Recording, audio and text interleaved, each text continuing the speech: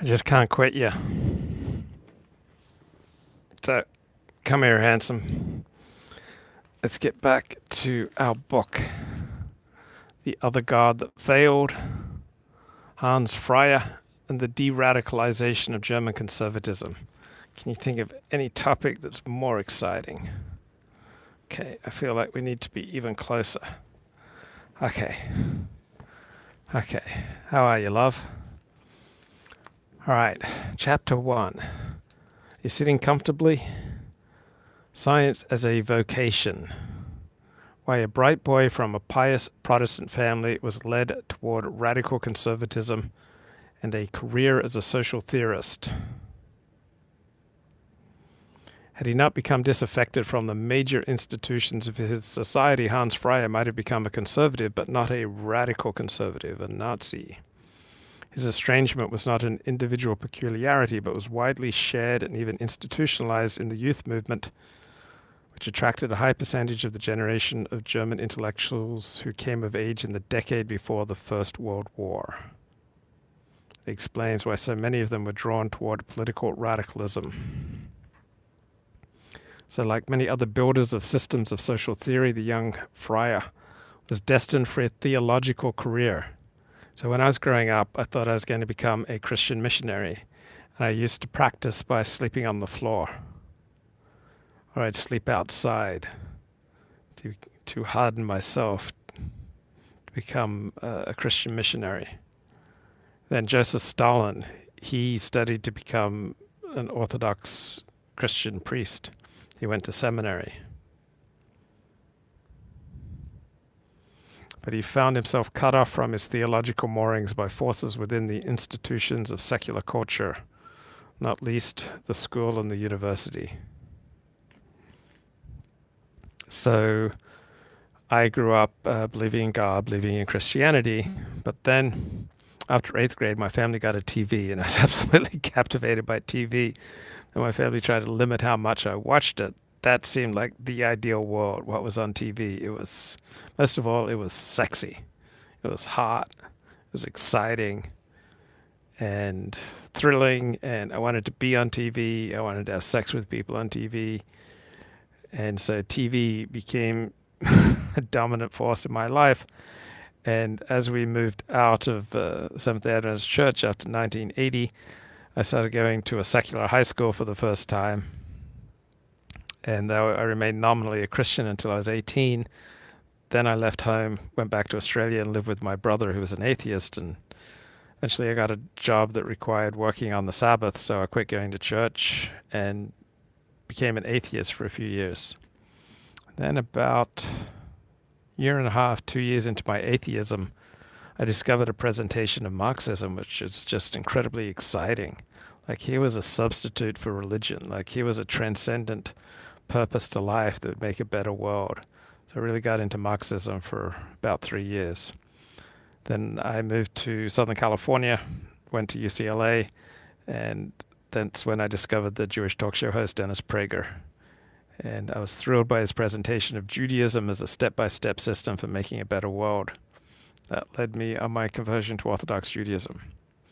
Okay, following an already established and oft-repeated pattern, Hans Freyer sought a more secular guise in which he might maintain his appointed destiny as a spiritual guide. Wow, that sounds like me.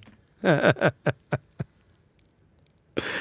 I was a Marxist. It was more of a pose. I didn't go to any meetings. I didn't do anything. It was just something that I tell people, that I was an atheistic communist from about age 19 to 22. It just seems so thrilling and transgressive, and I like to do a bit of play acting. I like indulging in dangerous things, a little bit dangerous. I read like 60 books on Marxism during those 3 years. Yeah, his appointed destiny as a spiritual guide. I kind of resonate with that. I understand that. So you seek a secular guise to meet your destiny as a spiritual guide. When Hans Freyer and others caught up in the same experience looked to their teachers for a secular substitute for the Christian faith they had lost, they found that these purported guides had themselves become seekers after a new key to the riddle of history. Have you ever watched this show, heard me talk about the search for the magic key? Okay, that's what we're talking about here. So these people, they lost their Christian faith, so they looked to their teachers for guidance, and these teachers themselves were seekers after a new key to the riddle of history. Guess what? There is no magic key that unlocks history. So that's the major flaw in Hitler's thinking as revealed by Mein Kampf, his idea that he could find a magic key to unlock how history works, how the world works. He thought he found it in the perfidy of the Jews, but this is childish. There is no magic key to unlocking how the world works or to how history works. Religious people believe they found their magic key, so to speak, in their religion. That secular people, particularly those who once had religion, who had this overarching purpose to their lives, who once believed that they had the magic key in their faith and the practice of their religion, now they're seeking secular substitutes.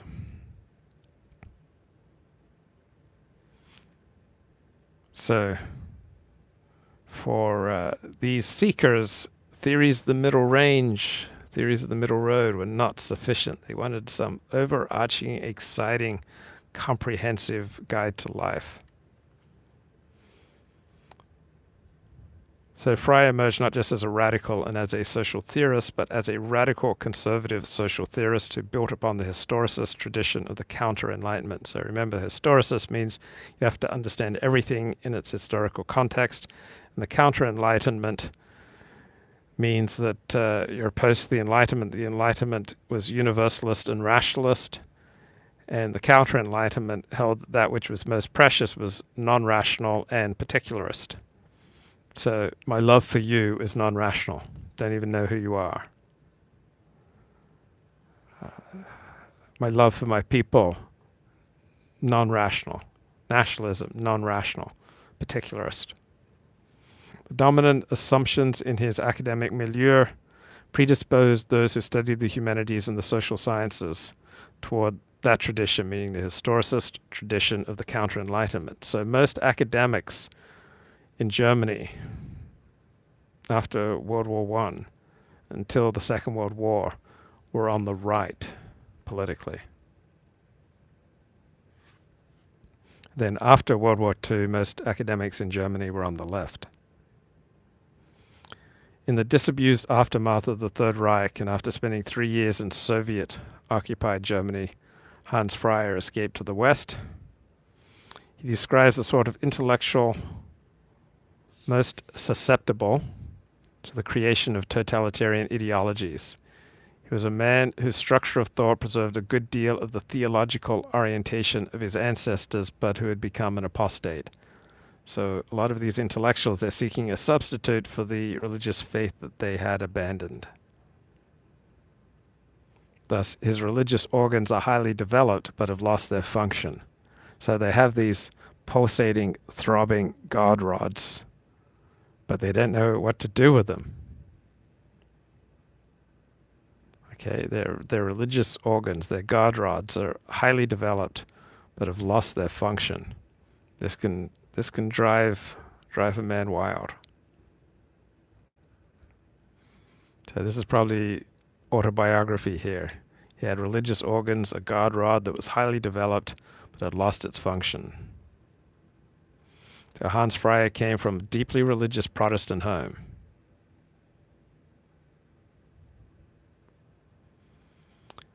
He lost his faith in his youth, probably from studying Darwin's theory of evolution, and he spent the rest of his life searching for a sociological equivalent of traditional religion. Yeah, so that's kind of where I was at when I abandoned Christianity at age 18.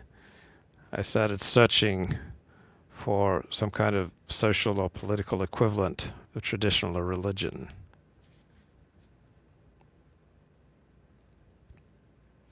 So he was raised in a household permeated by Protestant religiosity. It was a faith he was expected to carry on. It was his mother's wish that he become a theologian. So my mother, She used to pat her stomach when she was carrying me, and she'd tell my father, "This one's going to do something great for God one day." So that's the story I was raised with. So it was in the Faculty of Theology that Hans Freyer first enrolled as a university student, replicated one of the most significant patterns in the history of modern European intellectuals, and of German intellectuals in particular. For over a century, the German literary and humanistic intelligentsia were drawn disproportionately from men of devout origins, men with throbbing God rods, who began their higher education with the intention of pursuing a pastoral vocation, and who themselves were often sons of clergymen, only to lose their traditional belief and embark upon a secular academic career. So in the 19th century, German scholars in particular pioneered the field of the higher criticism, biblical criticism, which asks three main questions of a text, in this case of the Bible. When was it written? For whom was it written? Who wrote it? When was it? Who wrote it? When was it written? For whom was it written? Those are the three basic questions of critical analysis.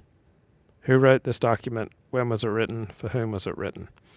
And so rather than coming to see the Pentateuch, the Torah, as a unitary document given by God to Moses on Mount Sinai, they came to see it as a post-Mosaic composition of various authors edited together and put into final form around 444 before the Common Era, under Ezra the scribe. So he's the redactor. That's the fancy academic term for editor. For over a century, German literary, we mentioned that. A good deal of attention has been devoted to secularization as a gradual historical trend over generations, denoting a general decline in the influence of traditional religion in modern European intellectual life. Now, this is particularly pronounced in Protestant countries. Protestant countries are far more vulnerable to these trends of secularization than Catholic countries. More feminized countries are more vulnerable to secularization than masculine countries. So when you start appointing women as religious leaders, as clergy, men drop out. Because unless you ensure unique roles just for men, men will drop out of religion. So yeah, men need a specific role, their own space, their own safe space in a religion, or they're just going to drop out. So once you start appointing women to roles that were previously only held by men, men will start dropping out of religion. So you see this with mainstream Protestantism, mainstream Judaism, that men have largely dropped out. These religions are now dominated by women. It's mainly women who go to services. Men instead go to Orthodox religion, where there are special roles just for men. And in the Roman Catholic Church, for example, only men can become priests. In Orthodox Judaism, only men can become rabbis and cantors.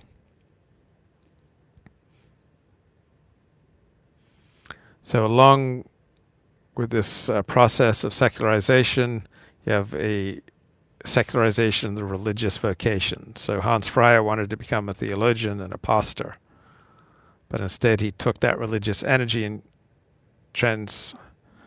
transmutated it, transformed it, directed it towards sociology.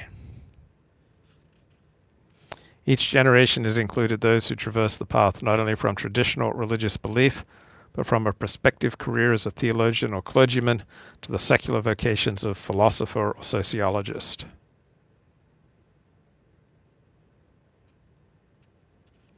So secularization does not just mean the weakening of traditional religion, but it means that objects outside the sphere of traditional religion are now endowed with the emotional significance previously accorded to the divine. For those raised with the expectation of pursuing a pastoral vocation,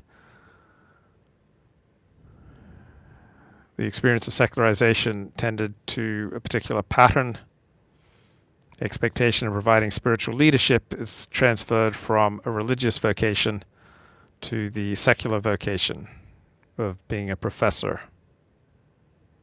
or a politician. So previous religious beliefs came to be seen as antiquated, but there was this need in people. The traditional religion had provided, this need remained undiminished. So the new secularized professor would try to meet this need.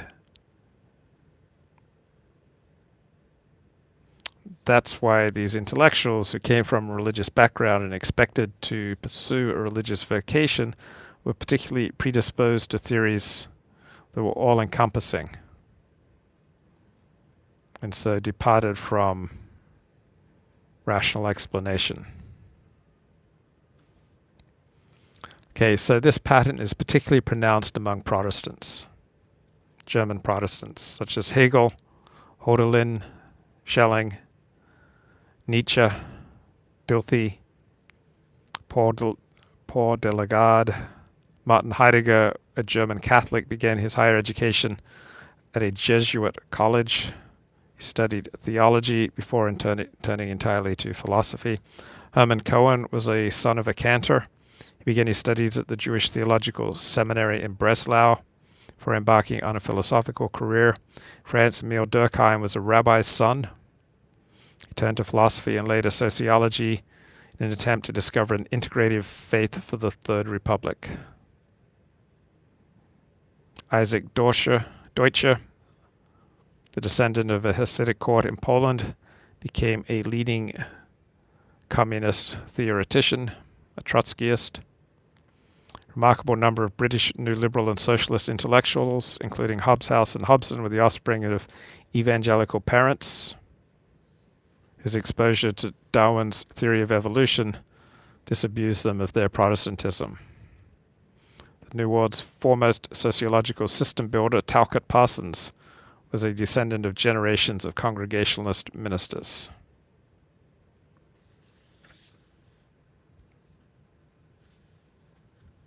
So, the outcome of the secularization of the religious vocation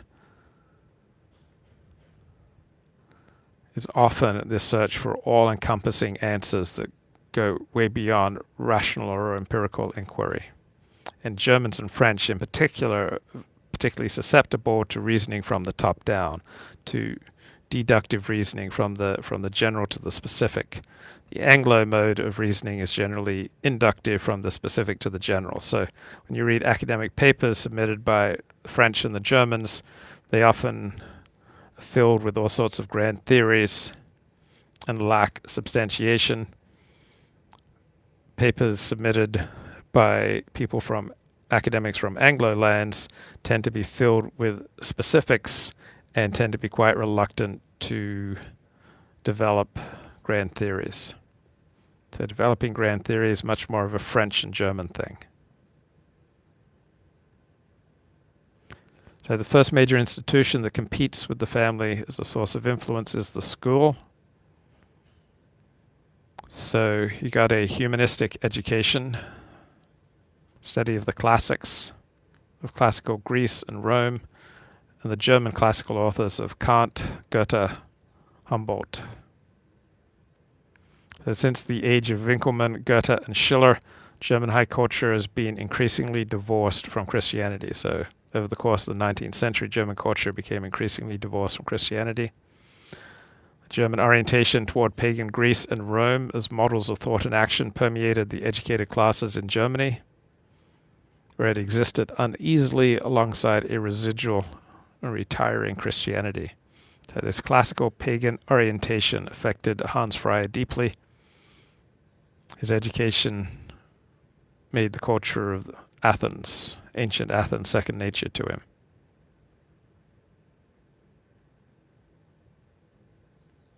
The controlling metaphors of many of his works were drawn from Greek mythology. He initially enrolled in the theological faculty at university to pursue a vocation as a Lutheran theologian. But after about a year, he ended his theological studies, which led to a bitter confrontation with his mum. So going to university with its physical and spiritual distance from home and family predisposes many people to all sorts of experimentation, including experimenting with leaving the religion they were raised in. Perhaps you'll start, dating people of a different race, try all sorts of new things. So up until about the age of 18, you think that all the little ways that your family do things are right and good. So I remember one home, not my own, that I spent a lot of time in. My friend in that home thought it weird if you brush your teeth 3 times a day. He thought, no, you only brush your teeth morning and evening, but you don't brush your teeth after lunch. So you take these things for granted your first 18 years of life, and then you go off to university and you may feel compelled to chuck everything that you were raised with, try to do everything differently. So one thing that's virtually universal is that teenagers want to do things differently from their parents. So the intellectual currents to which Freyer was exposed in his studies. So in his last semester as a student of theology, he studied Isaiah chapter 139 and letter to the Galatians, course in the Department of Philosophy entitled Explication of Nietzsche's Thus Spoke Zarathustra. So he had an influential teacher at university, Raoul Richter, who was known for making students question their existing beliefs and presuppositions and insisted on a relentless critique of existing theological and philosophical positions. So when I went off to UCLA at age 21, I thought of my father as a great man. And then after 9 months at UCLA, I came to see my father as an emotional cripple.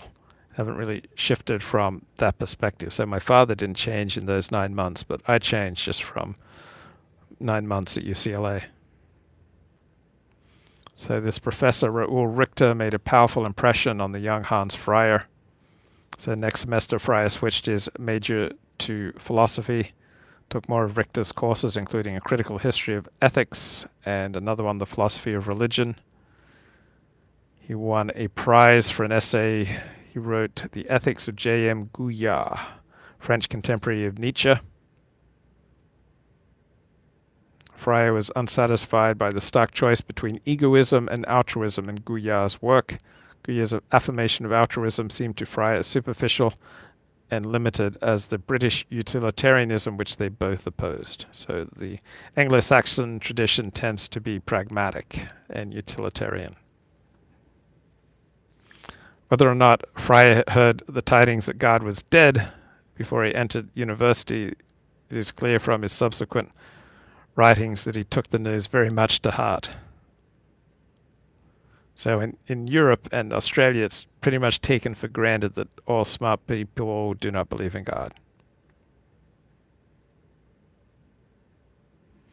Another contention that Freyer accepted from Nietzsche was that all previous attempts to construct a universally valid content of ethics had failed. So Freyer wanted to start a whole new ethical system. He needed some kind of overarching social system to fill the hole in his soul from the loss of traditional religion.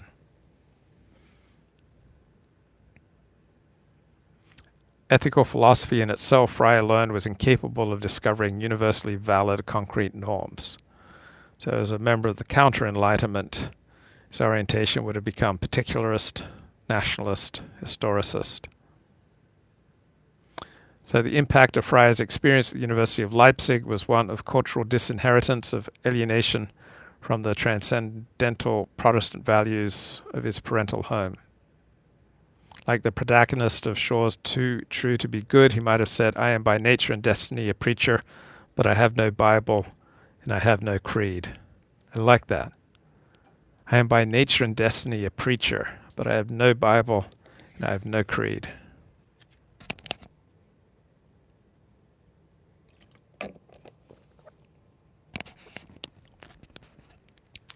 So Freyer gets to university and decides he needs to provide cultural leadership. And he found a group It was Into This. It was a group dedicated to cultural renewal. It was a youth movement, a new nationalism, a cluster of organizations of cultural renovation known as the Movement of Cultural Reform, centered upon the publisher Jürgen Diedrichs. It's mainly composed of university students, mainly former Protestants. It was a way to revolt against the bourgeoisie, reflecting the anxiety among the educated bourgeoisie in the coming of technological society and the increasing political mobilization of the German working class through the Social Democratic Party. The educated bourgeoisie had long defined itself in distinction to the industrial and commercial bourgeoisie. So the educated bourgeoisie had an education and background in the humanities. So they were dissatisfied with the perceived ascendancy of materialist values and the ever-growing prestige accorded to wealth in the culture of imperial Germany. So this new movement was into vegetarianism. I just read today that vegetarians are far more predisposed to depression. Something like 1 out of 3 vegetarians suffers from depression or some type of mental illness. It's an article linked on the Drudge Report. Unfortunately, I've been a lifelong vegetarian. I'm unable to give up that habit, but I wish I wasn't. So the new movement also believed in abstinence from alcohol and tobacco. Wow, vegetarian, no alcohol, no tobacco, sounds like Seventh-day Adventism. Had a fascination with folklore. That's not Seventh-day Adventism. Fascination with nature. And were dissatisfied with the urban, the industrial, and the technological transformation of the German Reich. So it was a movement of the educated bourgeoisie against the commercial propertied bourgeoisie. It was also a generational revolt. Traditional Protestant faith was replaced first by idealist philosophy and later by a faith in science. They saw their residual Protestant observance was hollow, spiritually unsatisfying. Yeah, this turned into this, I guess you could see this as a subsection of the Volkisch movement. So they're looking for new, authentic forms of spirituality. And one expression of which was the attempt to develop a Germanic faith. So the rote learning and stress on philology that dominated the German secondary schools were condemned as inimical to self-development, Bildung. Within the university, the temple of the educated. He is not bisexual, Franz. Where on earth did you get that? Put your guard rod down, mate. Okay, the free student movement. I remember once Dennis Prager said to me, so we went to the same temple for a few years, Stephen S. Wise Temple, 1994 till about 1998. And Dennis has a pretty good sense of humor. And so we were sitting around one day at temple, and he said to me, "Oh, I heard you were bi." Said, "Oi, no way. Not bi, mate. Oi." But I did go to him. So in 1994, I was going on all these acting auditions. And there's one audition that called for me to kiss a guy. I mean, but only on the cheek. But it made me really uncomfortable. So I went and talked to Dennis Prager about it. He says I shouldn't go to any auditions that call for me to kiss blokes. So thank you for that clarity, Mr. Prager.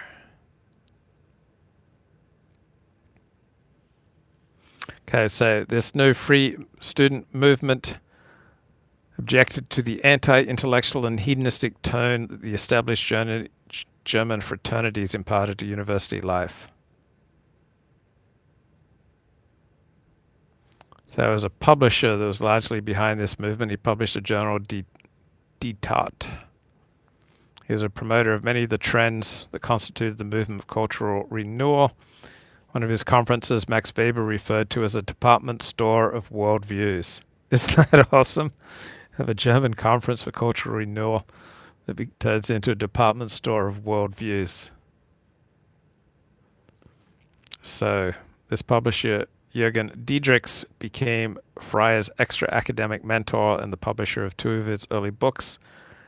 And he was responsible for Freyer's first contribution to a major periodical, which was a review of Oswald Spengler's Decline of the West. So Jürgen Diedrichs published authors like Martin Buber, Hermann Hesse, Hugo Preuss, and he was developing young authors who shared a broad dissatisfaction with bourgeois Germany, such as George Lucas and Walter Benjamin. Some of these people went on to communism. Some of them went on to Nazism. Martin Buber became a kind of Zionist, socialist Zionist. They all shared a yearning for an intense emotional commitment to some larger community of purpose that they found lacking in contemporary Germany. So I think this is what motivates much of traction to the alt-right. People yearn to be part of an intense emotional commitment to some larger community of purpose. If you already have that by belonging to an organized religion, then you don't need it so desperately to find it in society or in politics. His chat with Rubin is kind of sus. Dennis Prager is pure hetero, bro. Pure hetero. Hetero in thought, hetero in deed. Just because you talk to a homosexual doesn't make you gay. It's not gay to talk to homosexuals, bro. It's savvy. Okay. We got movements of cultural renewal in Wilhelm, Germany. Got the reform movement, the youth movement, the free student movement. Romantic anti-capitalism, the search for synthesis, the hunger for wholeness. So yeah, I think this motivates much of political radicalism in our day. So this is a Butte book by Jerry Z. Mueller. Paid over $30 for this, mate. So Martin Heidegger was a part of this.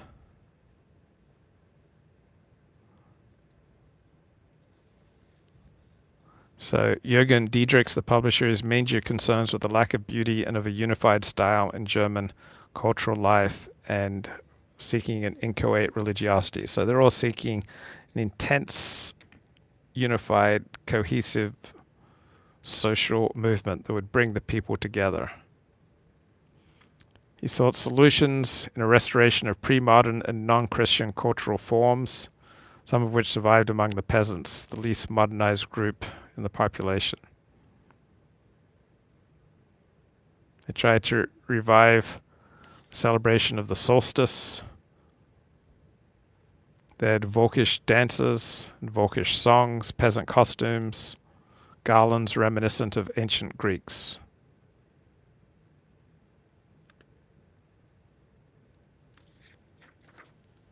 Yeah, the things people would do to try to fill the hole in their soul that they used to have filled through organized religion.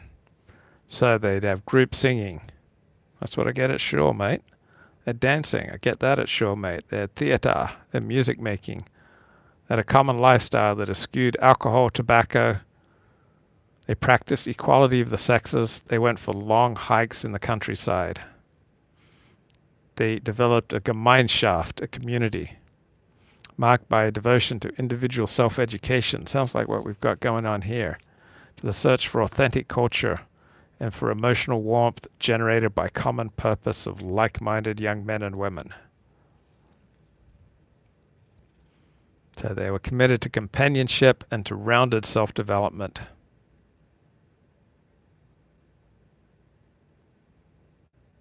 So when compared with the immediacy and emotional intensity of the Gemeinschaft, and its freedom from social conventions, the bourgeois world outside seemed artificial, constraining, and fragmented. So Hans Freyer at university, he is estranged from his Christian faith. He feels distant from bourgeois cultural conventions. So he looks to his professors to provide a conceptual compass and a substitute for the faith he had lost. In addition to philosophy, he studied history, economics, psychology, and literature. He studied Kant, Schopenhauer, Nietzsche, Lessing, Hegel, and Goethe. The disproportionate focus on German history, German philosophy, and German literature was typical of the offerings at all German universities in his day. The intensive concern with modern history, modern society, and modern philosophy reflected his own interests. All right, be back later.